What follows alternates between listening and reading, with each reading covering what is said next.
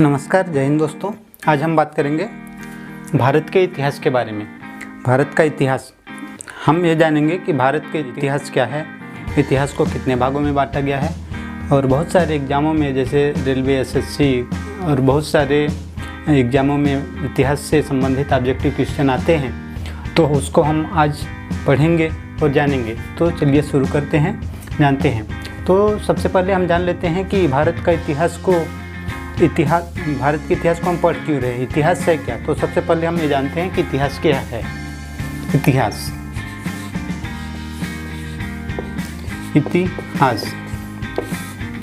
इतिहास का अगर हम संधि विच्छेद करें तो क्या होगा? इति और प्लस हास। इतिहास का संधि विच्छेद करेंगे तो इति प्लस हास होगा। इति का मतलब होता है जो बीत चुका हो, यानी बीता हुआ समय, बीता हुआ समय। और हास का मतलब होता है घटनाएं।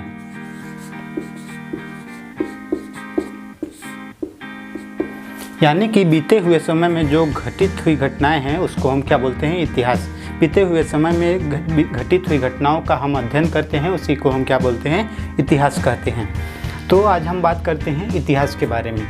अब ये जानते हैं कि यानी अतीत के समय में घटित हुई घटनाओं को हम क्या बोलते हैं? इतिहास कहते हैं। प्राचीन भारत का इतिहास उस समय का इतिहास है जब वो अपने विकास की अवस्था में था। ये जो इतिहास हम उसको बोल सकते हैं, यानी कि जो भूतकाल में घटित हुई घटनाओं को हम क्या कह सकते हैं?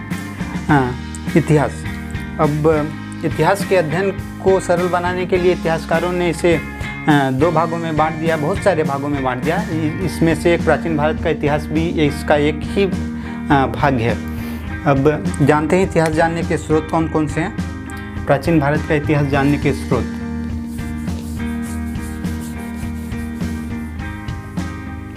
अब बात करते हैं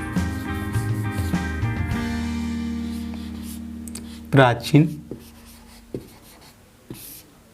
भारत का इतिहास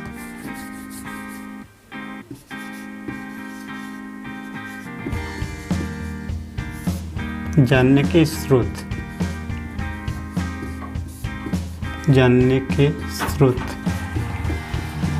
प्राचीन भारत का इतिहास जानने के लिए इसे दो भागों में बांट देते हैं। एक तो है पुरातात्विक स्रोत।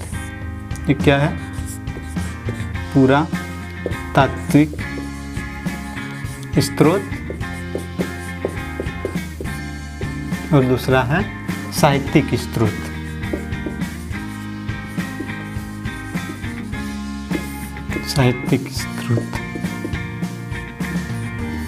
पुरातात्विक स्रोत में हम अभिलेख का, ताम्रपत्र का, स्मारक और भवनों का और मूर्तियाँ हो गया, चित्रकला हो गया, आज सबका अध्ययन करेंगे। और साहित्यिक स्रोत को दो भागों में बांट देते हैं, भारतीय साहित्य और विदेशी साहित्य। भारतीय साहित्य में आपका आ जाता है जैसे कि हो गया धार्मिक साहित्य, संगम साहित्य, धर्मनिरपेक्ष साहित्य। और विदेशी साहित्य में यूनान और रोम के लेखक हैं, चीनी का लेखक है और एक अरबी लेखक है। तो हम बात करते हैं पुरातात्विक स्रोत के बारे में। पुरातात्विक स्रोत,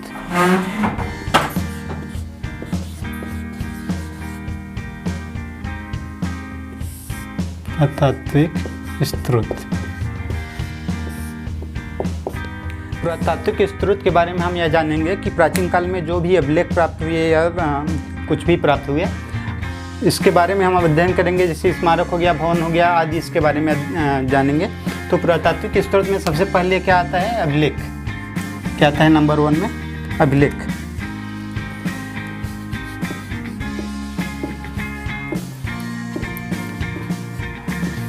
इसमें हम जानेंगे कि अब प्राचीन काल में अभिलेख कैसे प्राप्त हुआ, कहाँ प्राप्त हुआ, किस अवस्था में था। और अभिलेख के अध्ययन को क्या बोलते हैं? एपिग्राफी बोलते हैं। अभिलेख के अध्ययन को क्या बोलते हैं? एपिग्राफी। नोट डाउन कर लीजिएगा, यह बहुत ही इंपॉर्टेंट होता है कि किसी भी एग्जाम में आ जाता है। अभिलेख के अध्ययन को क्या बोलते हैं? अभिलेख के अध्ययन को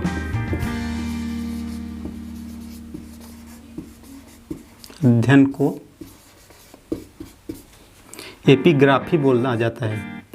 एपिग्राफी। कहते हैं। प्राचीन काल में बहुत सारे अभिलेख प्राप्त हुए, जैसे क्या हो गया, नासिक का अभिलेख हो गया, जूनागढ़ का अभिलेख हो गया, हाथी गुफा का अभिलेख हो गया, और एक हो गया आपका मंदसौर का अभिलेख। तो इसके बारे में हम बात करेंगे। सबसे पहले बात कर लेते हैं प्राचीन काल में जो अभिलेख प्राप्त हुए तो किस में किस पर मतलब चिन्हित थे। पत्थरों के शिलाओं पर, तांबे के बर्तन पर, अब आपका दीवारों पर बहुत सारे ऐसे जो अभिलेख प्राप्त हुए हैं वो मुख्यतः इन्हीं पर प्राप्त हुए हैं। और दूसरा क्या था, सबसे प्राचीन अभिलेख जो प्राप्त हुआ है, प्राचीन अभिलेख मध्य एशिया के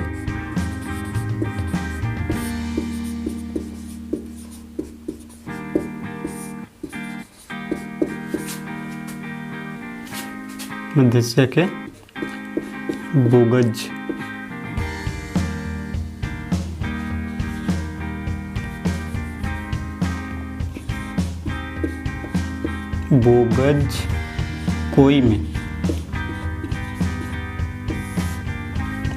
कोई में प्राप्त हुआ है। कोई में प्राप्त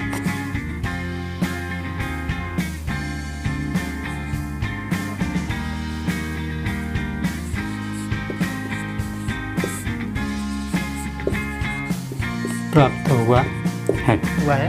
इस अभिलेख में क्या है, मुख्यतः इस अभिलेख पर मुख्यतः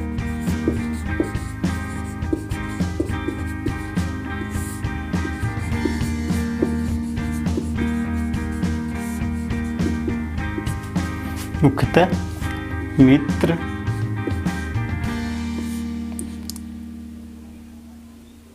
वरुण,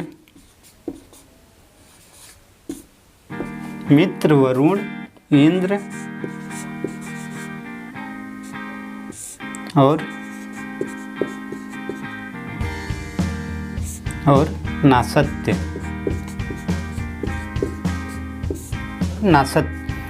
सबसे प्राचीन अभिलेख मध्य एशिया के बोगज-कोई में प्राप्त हुआ है। इस अभिलेख पर मुख्यतः मित्र, वरुण, इंद्र और नासत्य देवता की प्राप्ति हुई है।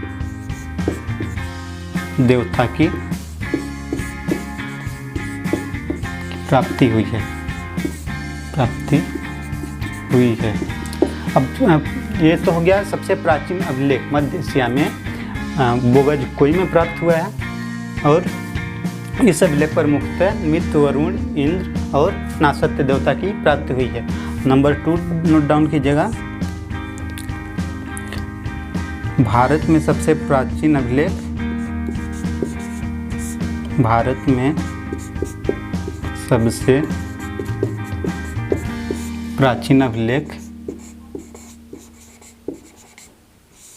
प्राचीन अभिलेख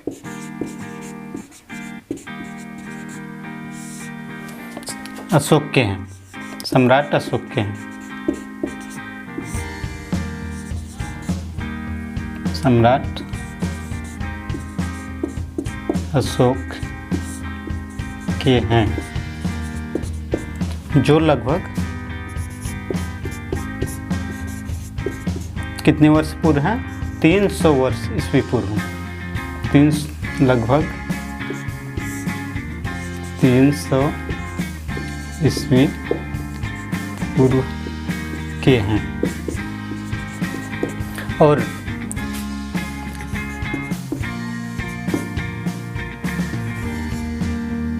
डी भंडारकर ने केवल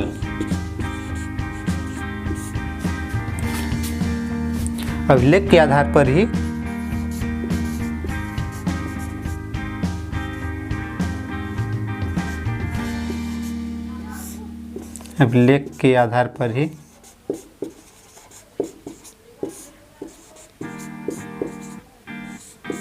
सम्राट अशोक के अभिलेख के आधार पर ही अशोक का इतिहास लिख दिया। नंबर 2 में है जूनागढ़ का अभिलेख। जूनागढ़ का अभिलेख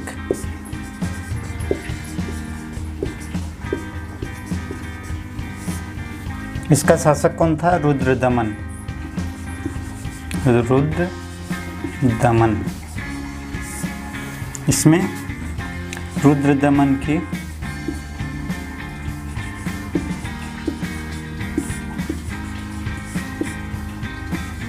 विजयों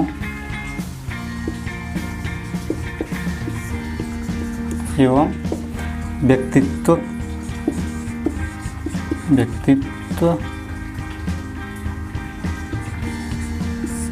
का वर्णन किया गया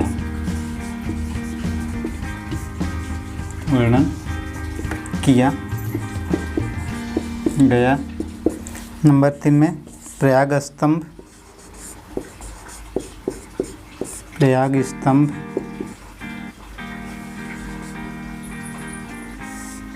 लेख। प्रयाग स्तंभ में जो लेख प्राप्त हुआ है, प्रयाग स्तंभ जो लेख है, वहाँ का शासक कौन था? समुद्रगुप्त।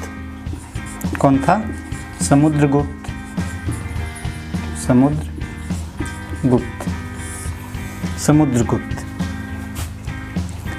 समुद्रगुप्त की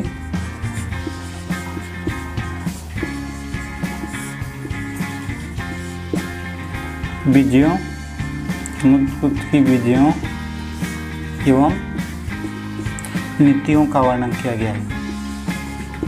नीतियों का वर्णन किया गया है। एहोल अभिलेख।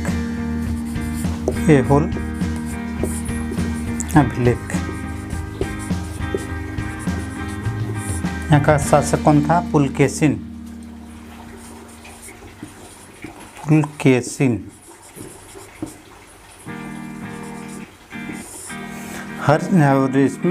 और इसमें क्या था? यह अभिलेख में हर्ष एवं पुलकेशिन की विजयों का वर्णन था।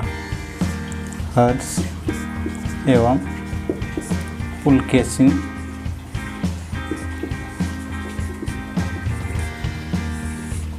के विजय का वर्णन था।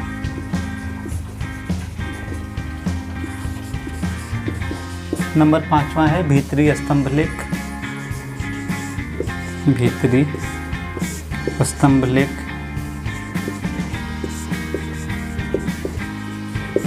यहाँ का शासक कौन था? स्कंदगुप्त।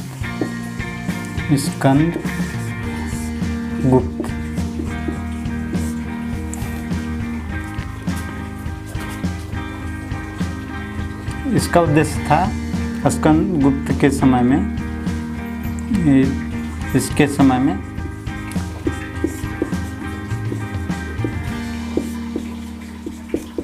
महत्वपूर्ण घटनाओं का विवरण।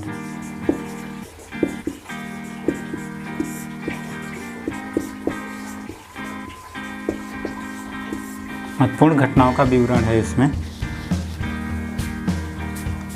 नंबर 6 में है मंदसौर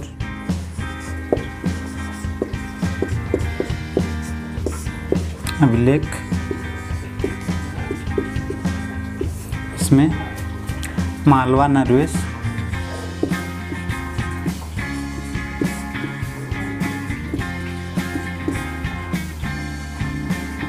यशोधर्मन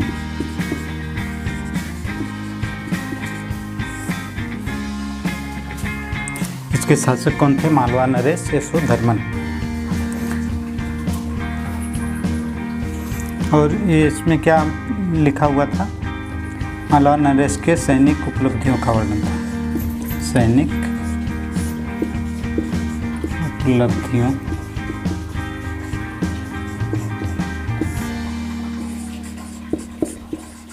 का वर्णन था। तो दोस्तों आज के लिए बस इतना ही। अगले क्लास में हम मिलेंगे पुरातात्विक स्रोत के स्मारक और भवन और ताम्रपत्र सिक्के इत्यादि को लेकर। हर चैप्टर में एक ही चैप्टर में एक ही टॉपिक आ पाएगा, सब टॉपिक कवर नहीं हो सकते। तो मिलते हैं नेक्स्ट क्लास में, तब तक के लिए जय हिंद, वंदे मातरम।